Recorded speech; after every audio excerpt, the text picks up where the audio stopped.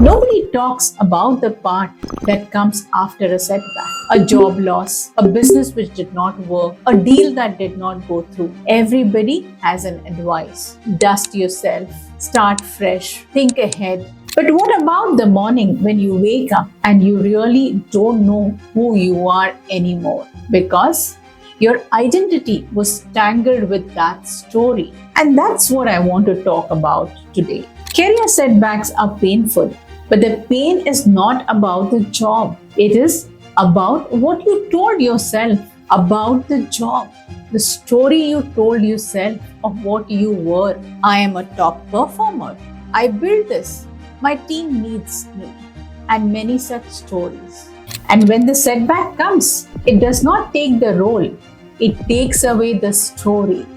Franklin wrote something that stayed with me. Whenever you're faced with a situation you cannot change, you're compelled to change yourself. And that's what people miss. Before you change yourself, you need to grieve the version that you were before. The biggest mistake that I see with the top performers, business owners, business leaders is that they treat rebuilding as a project. New strategy, new plan, let's go. And I understand that impulse completely. Action feels like control. Momentum feels like recovery. But what they're actually doing is rebuilding the identity on an unhealed foundation. And after 6 months, they're back in my office, saying the same thing again, feeling empty again. Rebuilding is not a fast process. It requires sitting with yourself and asking some uncomfortable questions. Was the life I was living actually the life that I chose? Or was it just because I felt safe? Real rebuilding has 3 honest stages. First one, acknowledge the loss yourself. Second, you separate from who you are from what you did. Third, you rebuild with meaning and not metrics. Franklin's core idea: you can rebuild yourself if you know the why. Not the KPI, not the target, but the why. When you rebuild around meaning, the work stops being just survival.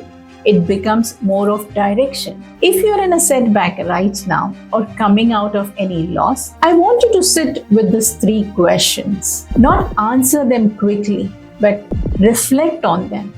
Think about it. The first question, what did I lose that I didn't let myself grieve about? Second question, what did that teach me about who I am and not what I can do? Third question, if I rebuild, what do I want it to mean? Not just professionally, but as a human being. These aren't soft questions. These questions are to determine whether you're going back to a new version of yourself or going back to the same person with the same pressure.